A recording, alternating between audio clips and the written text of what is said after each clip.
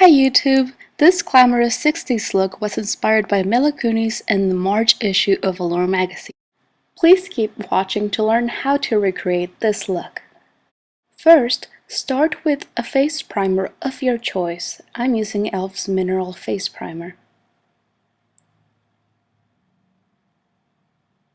Next, I'm using Clinique's Super Balanced Foundation for a matte medium to full coverage look.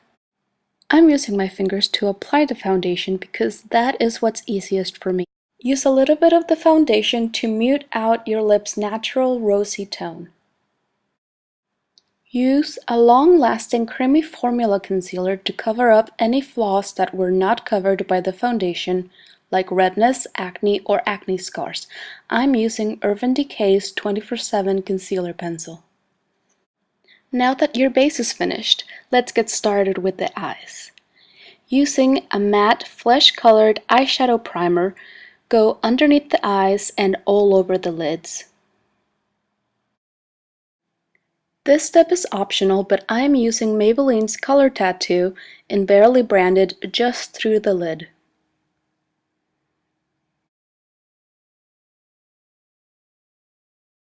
Follow with a matte off-white eyeshadow with a nice fluffy brush all over your lid and a little bit under the eyes, just in the orocona.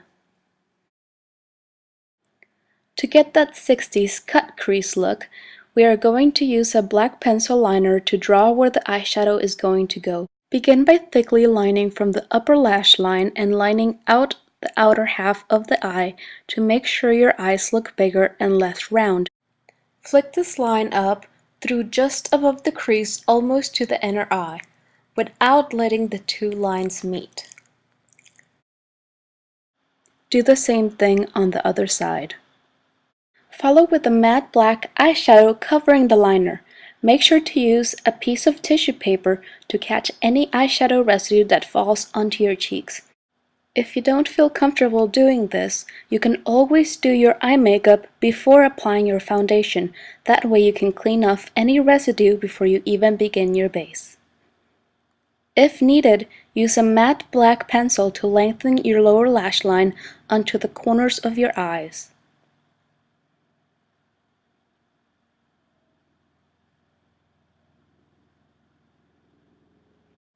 Using a Creamliner and an eyeliner brush, line the upper lash line and slightly flick out.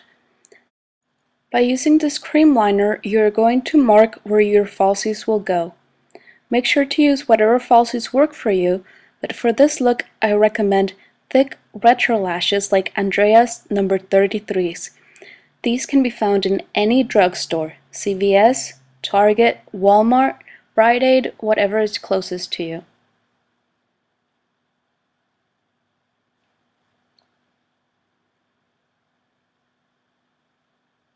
To clean up any fallout that got through our tissue paper, use a concealer with a fluffy brush. I'm using Maybelline's Instant Rewind Dark Circle Eraser.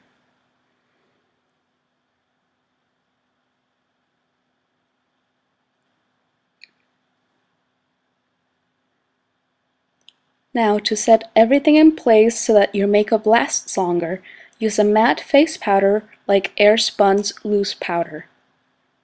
You don't want to add any shimmer to this because the 60s look is very matte and very flawless.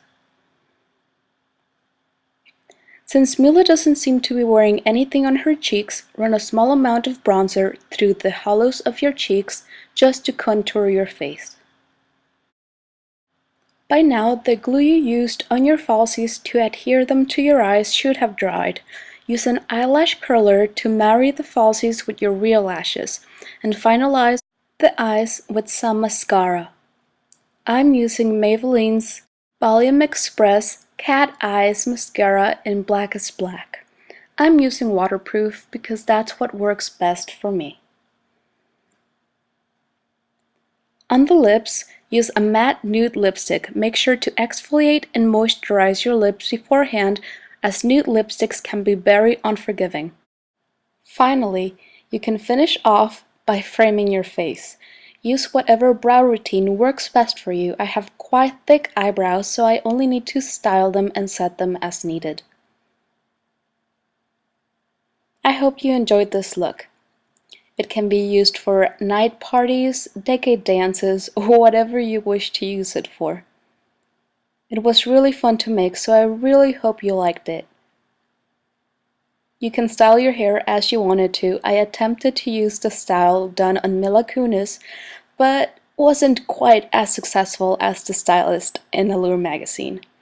Thank you for watching. Please comment, rate, and subscribe for more. See you next time!